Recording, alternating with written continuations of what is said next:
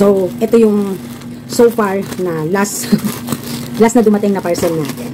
So, dahil napakabili nga ng mga gummy balls, so kaya naman, bumili tayo ulit. No? So, I'm going to put down the link ng mga in-orderan ko. Guys, 88 pesos lang to. Ito yung usually na 120 sa binibilhan ko dito sa amin, sa mga supplier ko. Pero sa online talaga nakita ko 88 pesos lang. So, napakaganda, di ba? So, kaya naman, i-share ko yan sa inyo. At doon na kayo umorder sa link ng Mami Park nang hindi na kayo maghanap. No? Nakatulong pa kayo sa Mami Park. Ayan. Alam nyo, bagyong-bagyo, no? Nakasara na ako kanina pa. So, ina-enjoy ko yung walang pasok ng mga bata at in-enjoy ko yung me time ko. Isa na rin doon sa may chance ako makapag-vlog. So, eto. No? So, yung kanina, in-order ko din yun, di ba? Siyempre, kaya nga in-unbox natin. So, mabili kasi din sa akin yun. Okay, eto. Tapos, alam nyo, ngayon ko lang na naramdaman yung pagkasilbi ng being content creator ng Mami Park. Kasi, di ba, mismong si Shopee na yung lumapit sa atin. Actually, nung ma-open yung monetization ko when it comes to shopping, so yun yung opportunity na pwede na akong maging affiliate ni Shopee. So, bakit Mami Park hindi ka sa Facebook? Kasi pwede ako sa Facebook, kaya lang hindi ako nag-aano doon kasi nga hindi ko pa, I have my personal reason why hindi ko pinupush ang Facebook ko. Bakit dito ako sa YouTube? Kasi wala na akong maraming hassle, no? Kasi may, alam nyo na, ma-hassle sa Facebook. Maraming chismosa. Charot. So, eto. Bumili tayo ulit. Nung nakaraan, walang ganito. So, available na. Kaya bumili tayo ulit. Ayan. Imagine, 120 pesos ito sa mga supplier ko dito. Minsan nga, 125 pa sa iba. Pero sa Shopee, 88 lang. So, kaya, I would advise na yung inyong mga Shopee apps, kapag ka meron kayong mga, i-take nyo yung chance na meron kayong mga 70% off free shipping or free shipping kapag ka, usually, no-offer yan ng mga store sa Shopee kapag ka na-beat nyo yung required minimum ng order, nagpapa-free shipping na sila. So, ayan. So, ang kagandahan nga, na-monetize na ang Mami Park at open. Na ano nila, na kapag ka sa vlogger, mas meron pang discount. So, hindi nyo po ba alam na, di ba, 88 pesos to. So, pumatak lang po ito ng, magkano? Less 88 times 4, tapos less, binayaran ko lang po dito sa tatlong to ay 282. Parang pumatak lang siya ng 70.50. Kasi bilang content creator, meron akong discount na voucher na 70 pesos. O imagine that. So ngayon ko lang talaga siya na-enjoy. Dahil dati talaga wala, bayad lahat. So kaya naman, I prefer na ngayon na mas mamili sa online at sa mga trusted stores na mga napipili ko. Kasi nga, maganda yung kanilang packaging, hindi pangit pagdating sa iyo, quality, as is, kung ano ko siya binibili sa mga supplier ko, na bagong hango lang nila sa Divisoria, ganyan. Tapos, kapag ka pa, tulad ko, content creator, ang laki pa ng discount. Tapos, ang dami ko pa talagang mga free shipping discount. So, kaya, order na kayo dyan, imagine, 88 pesos lang.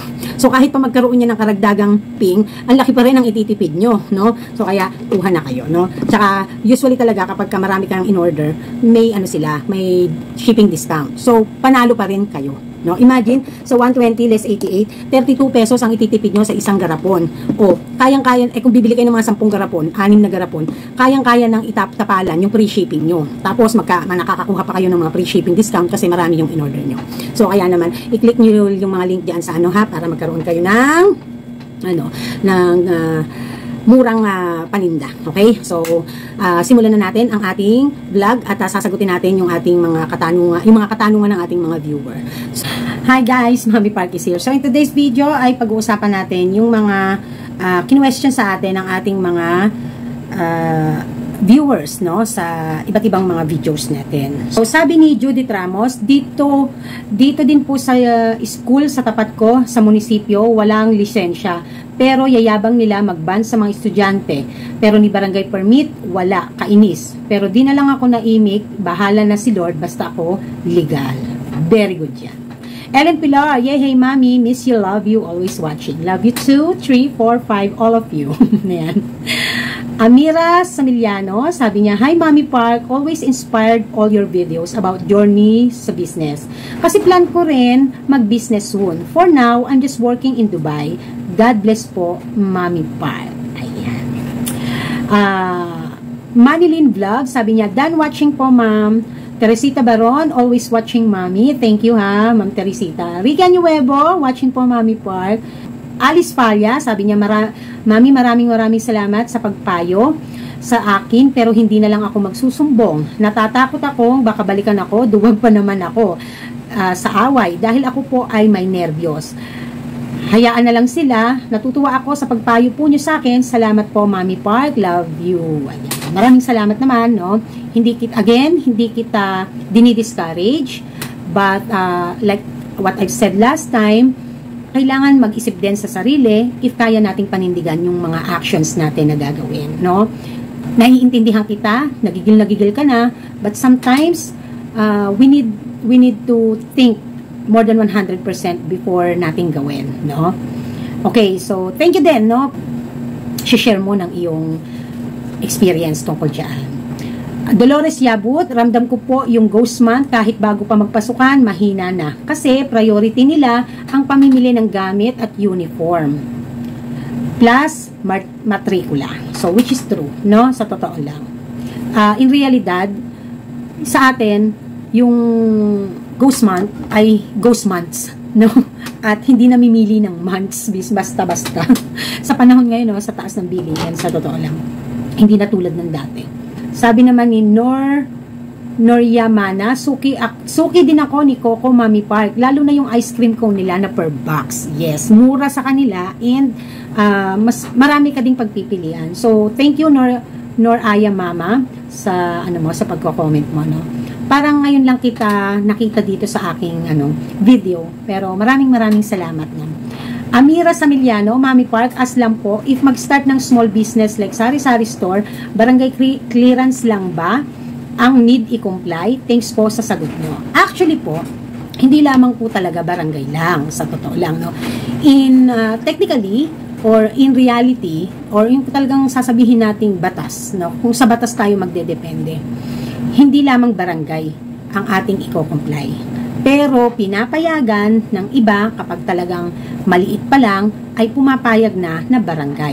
Now, if alam mo na ang pwesto mo ay sitahin at ang alam mo na ikaw ay nasa main road, nasa along National Road, nasa palengke, nasa sentro, syempre, dapat alam mo na yung iyong obligation kung ano ang iyong gagawin, no? Marami nagsasabi na mas maganda talaga at practical na hayaan muna na hindi muna mag-register. Kasi kung nahandong pa sa trial and error stage kasi obligation ang paparehistro, so mas mahirap, ang pagko-close kaysa pag-open, mas hassle ang mag-close kung hindi na natin itutuloy ang negosyo na sobrang hindi natin napagtagumpayan kasi kinoconsider natin na baka mas magandang mag-trial and error muna tayo saka tayo magparehistro. In practical advice and in reality, totoo naman. Pero kasi hindi natin itinuturo dito ang maging illegal. So syempre mas ituturo natin at i-guide natin kayo na idaan nyo sa tamang proseso ang negosyo nyo. Ilagay nyo sa tama ang negosyo nyo dahil protection nyo din yan. But because in reality, yung realidad na nangyayari, mas ina-advise ang wag muna basta-bastang magparehistro. Naiintindihan ko yan. Pero hindi iyan applicable doon sa mga lugar na ang negosyo ay nasa matao, bukana, sitahing lugar, marami ang nag-check, masipag ang municipality when it comes to checking, tax mapping, kasi mapapahama kayo. So, may iba naman na na it's better na lang na magkaroon ng isang one-time multa kaysa naman sa mag-start ng mag-comply. So, this is all about your decision. Kasi I am not in the right position to advise you na sige, wag muna kayong kasi bilang content creator, hindi dapat namin ina-advise sa inyo ang maging illegal. Ang ina-advise lang namin kung ano ang sitwasyon mo, kung ano ang sa tingin mo ay makakabuti sa iyo, yon ang gawin mo. Kasi we are not in your position also to say yung area mo, kung anong klase ang area mo at kung kung gaano kaliit o kalaki ang startup na gagawin mo. So it is all your decision. It's up to you kung ano yung sa tingin mo makakabuti. No? Kung naalala nyo noon, 'di ba? Nagkaroon ako ng branch yung kay Lola Park nyo. So hindi ko basta agad ni-register 'yon. kasi nasa trial and error station. Pero kasi itong lugar namin, hindi naman sitahin.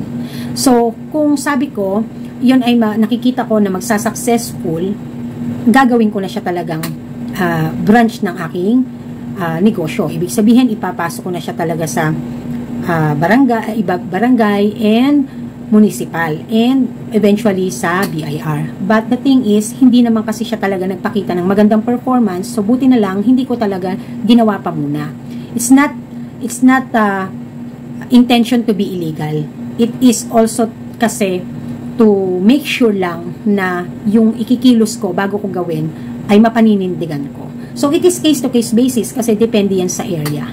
Okay? So I do hope sa mahabang explanation ko na gets nyo na. MJ402, sabi niya, paano po kung malakas sila sa RDO? So, yun nga yung ano natin eh. Yun nga yung kaya kailangan 100%, paano ba? Isipin munang mabuti bago natin i-complain yung isang negosyo. Kasi hindi natin alam kung meron silang mga kakilala sa BIR o may mga malalaking tao sila nakakilala. Kaya, dapat ingat din tayo sa ikikilos natin. No? So, Somewhere TV, sabi niya, Madam, ano po ba ang line of business ninyo? Sari-sari store po ba?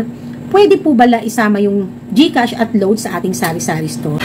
Okay, so ang sari-sari store po is business concept. So, we are offering variety products, basic commodities.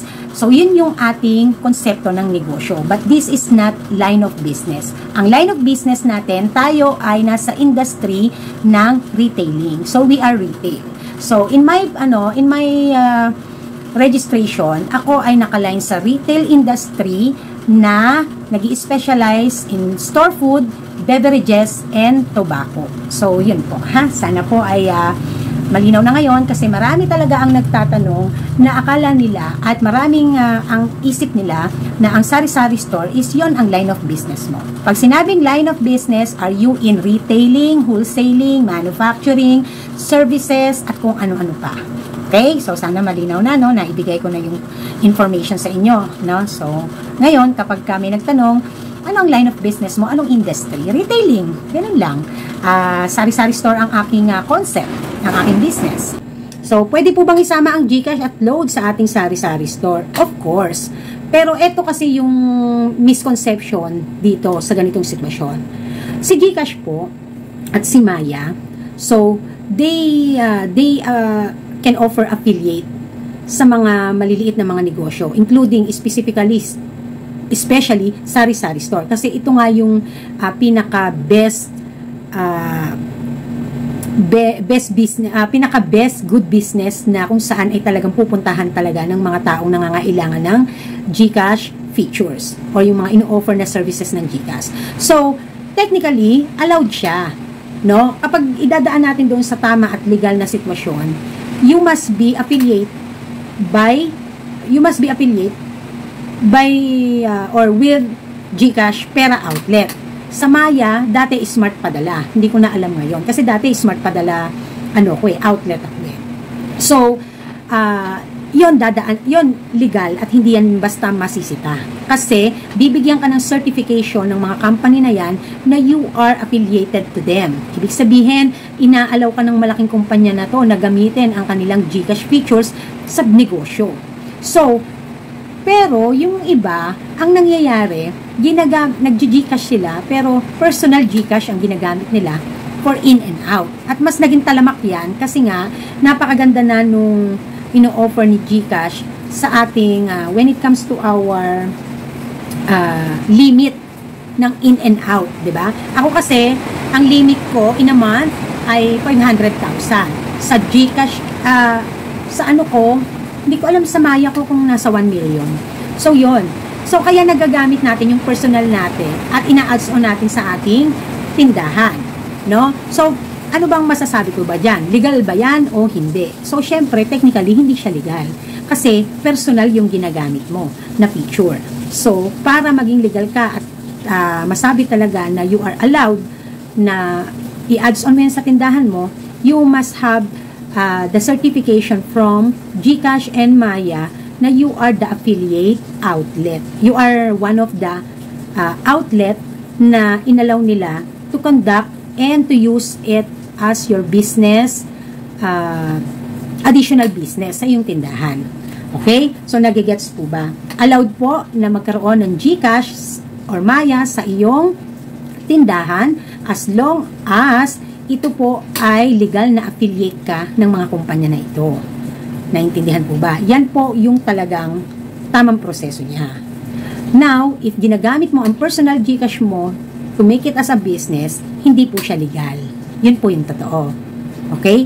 So, dahil sa parang naging normal na yung mga personal natin, ginagamit natin as GCash para ipang negosyo, wag lang namang masisita.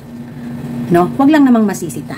Kasi kapag ka nasita ka, na lalo na at may mga banner ka pa dyan, tapos hindi ka naman pala affiliate, legal na affiliate, wala kang magagawa, di ba? So, kung mahigpit, you have no choice, pero masisita ka and ano ka na lang, kung ano yung kung may penalty ka or whatsoever pa. So, in-explain ko lang po kung ano po talaga yung tamang proseso, yung tamang dapat maging kung siya ay adds-on mo sa iyong negosyo. Okay? So, sana po naintindihan na. So, yung load, oo, pwede din. Kasi sa GCash may load naman. May ino-offer naman na load yan. No? So, actually, sila ay halos all-in-one na. Pwede kang bills payment, pwede kang mag-load, at pwede ka rin mag-cash in and cash out, remittance. Yun nga lang, in legal way, dapat ikaw ay legal na affiliate ng mga company na ito. No? Nagets po ba? Okay. Sabi naman ni MJ S402, matanong ko lang, Mami Park, kung matax map ng BIR at may hinala ka sa kapitbahay na hindi nagko-comply, may karapatan po ba tayong tanungin sila kung ito ba ay nagko-comply? So, kapag nag-conduct ng tax mapping, it depends kung sino ang nag-conduct ng tax mapping, whether it's barangay, whether it is LGU, whether it is RDO or BIR. So, yan naman po lahat ay bibisitahin, no? So, it's your chance to tell them kapag nasita ka, kapag pinuntahan ka, nabisita ka, it's your chance to tell them, oh, pakibisita nyo din naman po yung mga kapwa ko kasi may mga iba din po dyan. Ay, alam ko po yata, parang feeling ko wala po silang, hindi rin po sila complied. Para naman po, patas ang laban. No, it's your chance to tell them na bisitahin din ang iba. But as much as possible, kung magagawa mo, literal na, isusumbong mo yung kakilala mo at nahando na sila sa tax mapping, edi, be it, no? Actually, mas medyo safe yon kaysa yung sa literal na wala namang nagtandak ng tax mapping tapos ikaw talaga yung nag-complain mismo sa RDO or kaya nagchuchu sa kanila. Because they are conducting the tax mapping, pwede ka nang magsalita. Di ba? So, or pwede mong i-ano mo yung sentimiento mo na hindi obvious na talaga may sinusumbong kang isang specific kalaban mo or business. So, you can say na, dyan po sa mga gawi dyan, hindi rin po mga ano yan. Wala kang tinuturo na literal na negosyo, pero generalize mo na lang para mag-conduct sila, di nila ma-miss yung mga yung areas na dapat nilang sitahin. Okay? Hindi kasi natin po pwedeng tanungin na yung halimbawa, yun po bang kapitbahay ko na yun? Yung po bang kalaban ko sa negosyo na yun nag-comply po? Hindi nila, pagka sila ay nag-conduct ng tax mapping, random yan. So, kung sino ang tatamaan nila dyan, yun ang masisita. So, it's your chance na magchuchu na mag-conduct din sa ganong area, no? Pero usually naman, kapag nag-conduct sila sa isang area, halos lahat na iikutan. Kaya nga minsan, yung mga nauna, sila ang na-surprise kasi hindi nakapaghanda. So, nachuchu, nalaman ng iba, nagsara. So, hindi sila masisita kasi sinara nila at nalaman nilang merong tax mapping na nangyayari. So, better na kapag ka nagkaroon ng ganyan, sabihin mo na yung gusto mong sabihin. No? Kasi nandun na sila sa area to conduct. Okay? Ayan. Sabi pa niya, sa municipal level pa lang, alam na nila ang mga businesses, di po ba? Iba po kasi ang BIR at iba po ang LGU. No, ang LGU is sa municipality. So, sa LGU po, hindi alam ng LGU ang lahat ng merong businesses. Only the registered. So, kaya, kapag nag-conduct sila ng tax mapping at nalaman nila na nadaanan kanila at hindi ka registered, doon kanila sisitahin. So, hindi po malalaman basta-basta ng mga ahensya na ito ang hindi registered unless they conduct inspection and tax mapping. No? So, yon. So, hindi ka rin halimbawa, meron kang gustong isumbong, no? So, hindi nila basta malalaman kung yun ay registered kasi hindi nila alam ang business name. So, for them, ang LGU, yan, mag-iikot yan, magkakandak yan ng tax mapping. At kung sino ang hindi registered, yun ang sisitahin. No? As well as sa, tulad ng sabi ko kanina, hindi nila malalaman na ang isang business ay hindi registered kung hindi sila magkakaroon ng surprise visit, magkakandak ng tax mapping, or may magsusumbong sa kanila. Hindi nila malalaman na hindi yan registered kung walang mga ganong pangyayari. Okay? So, yun, no? Sana nasagot ko yung inyong mga questions, no? Tapos, meron pa dito sa, na merong question din. Babasahin ko, no? Dito sa aking negosyo tips na services, remittance, and bills payment. Meron po kasing nagtanong dito, ang sabi niya is, ano ba yung... Ayan, si MJ pa rin ang nagtanong. Sabi niya, ang convenience store ay same po ba sa sari-sari store? Ayan. Ang konsepto po kasi ng sari-sari store is yung quick access sa items. Quick access in a small quantity. No, dahil retail tayo eh. So, iyan po yung konsepto ng convenience store at saka ng sari-sari store. So, they are almost same talaga. No? So, nalilito din kasi ang nalilito lang din kasi ang mga tao. Kasi konsepto lang naman yan eh. Hindi yan business name, konsepto nung negosyo.